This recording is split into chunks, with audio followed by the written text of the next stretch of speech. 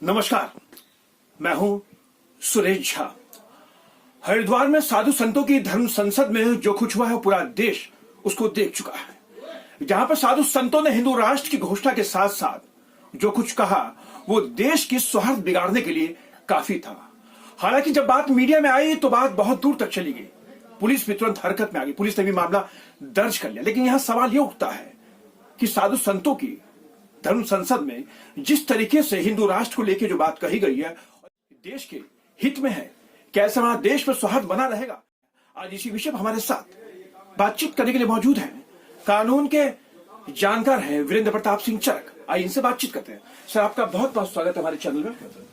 Sir, Haridwar में धर्म संसद थी साधुओं की, और साधुओं ने जो बात कही वहां पे, जो कही किसी के भी गले नहीं उतर रही है। देखिए, साधु संतों का हमेशा से सम्मान रहा है और इन साधु संतों ने समय समय पर इस देश में दिशा देने का, मार्गदर्शन देने का, संस्कृति की रक्षा के लिए संस्कार डालने का काम किया है जी। वो उनका जो विषय था, धर्म संसद का जो विषय था, वो साधु संत समाज के अंदर उन्होंने किसी विषय पर चर्चा की जी। और वो उनका व्यक्तिगत कुछ प्रारूप वो तय कर रहे होंगे, उस दिशा में उन्होंने अपना ये राय रखी उस बात को लेकर। लेकिन उस साधु संत समाज जो है, जिसे धर्म संसद के नाम से भी बोल रहे थे, वो उसके बाहर भी बहुत बड़ा समाज है जिसमें इस देश की सत्ता है, सब हम समाज के लोग हैं, हम सारे लोग उसके अंग हैं उन सब चीजों के। अब साधु समाज की जो रचना है, उनकी जो अपनी सोच है, जो उन्होंने अपने चर्चा जिस विषयों में की, उन्होंने कोई निर्णय के रूप में नहीं थोपा है अभी तक। संत समाज का या धर्म संसद का ऐसा निर्णय के रूप में बाहर नहीं आया, एक। और दूसरा, उसको हमारी सरकार, भारतीय जनता पार्टी की सरकार ने स्वीकार भी नहीं किया। इस देश की सरकार भारतीय जनता पार्टी चला रही है, भारतीय जनता पार्टी ने उसको एजेंडा के रूप में स्वीकार नहीं किया है।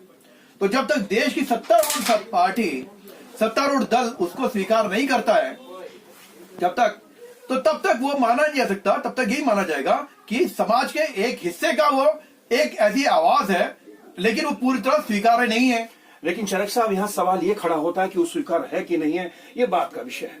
साधु संतों का जो हम सब आदर करते हैं, सत्कार करते हैं कि वो साधु संत पूजनीय होते हैं, लेकिन जिस तरीके से उस धर्म संसद में हिंदू राष्ट्र को लेकर जो बात कही गई है, उससे कहने के समाज में सौहार्द बिगाड़ने वाली बात कही गई है, उसको लेकर आपत्ति की जा रही है। साधु संतों पर कोई आपत्ति नहीं, लेकिन जो उनकी बात थी उस पर लोग आपत्ति कर रहे हैं।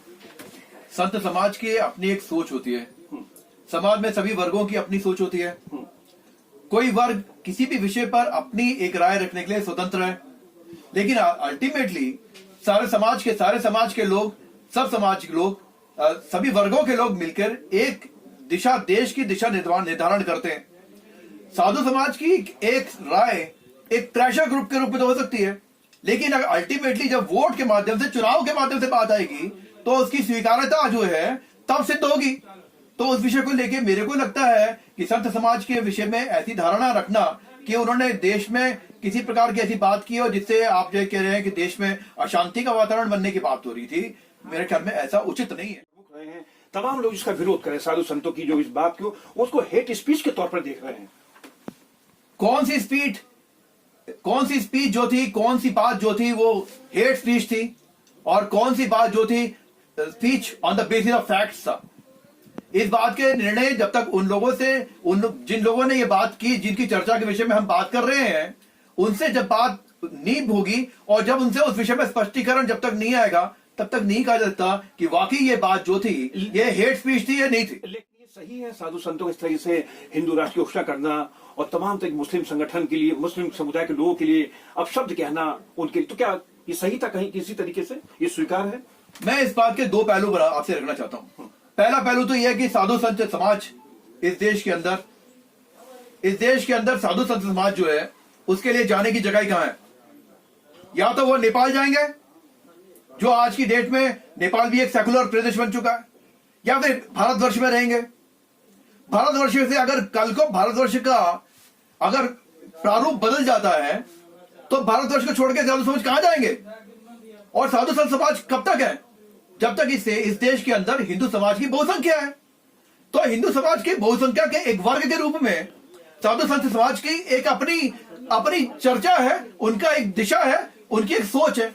तो इसको ये नहीं मानना चाहिए कि ये देश के विरोध में। एक दूसरी बात जो इसे आपसे कहना चाहता हूं मैं इसके बारे में, अगर वो हेट स्पीच थी या नहीं थी, तो इसका निर्णय करने के लिए प्रबुद्ध न्यायपालिका हमारे यहाँ है, जो सक्षम न्यायपालिका है, वो इसका निर्णय ले सकती है। लेकिन मेरे इसका एक अन्य गंतव्य भी है, एक अलग विषय भी इसके साथ जुड़ता है कि अगर कमरे में बैठकर कुछ लोग ये विषय की चर्चा कर रहे हैं, ये एक लिमिटेड कॉन्टेक्स्ट में कुछ लोग बैठ के चर्चा कर रहे हैं, तो क्या उसको हेट और वो कुछ लोग मीडिया में, उन्होंने प्रेस कॉन्फ्रेंस में तो नहीं बोला ऐसा, वो लोग बैठ के अपनी चर्चा कर रहे थे, अपनी चर्चा करने के लिए क्या स्वतंत्र नहीं है क्या वो? हाँ, उसको मीडिया के रूप में उछाल कर उनके विरोध में इस्तेमाल करने की कोशिश, ये भ्रष्टाचार वाली बात है, इसे कंडेमनेबल विषय। चलिए साहब का बहुत बहुत धन्यवाद। ये थे कानून के जानकार वीरेंद्र प्रताप सिंह चरक, जो हमारे साथ बातचीत करते। इन्होंने अपनी बात रखी। धर्म संसद थी साधुओं की, जो वहां पर इकट्ठे हुए थे अपने विचार को आदान प्रदान करने के लिए, लेकिन उसी में बात चल पड़ी, और बात चल पड़ी हिंदू राष्ट्र को लेकर। हिंदू कैमरा पर्सन विवेक नागर के साथ सुरेश झा, न्यूज़ डेस्क।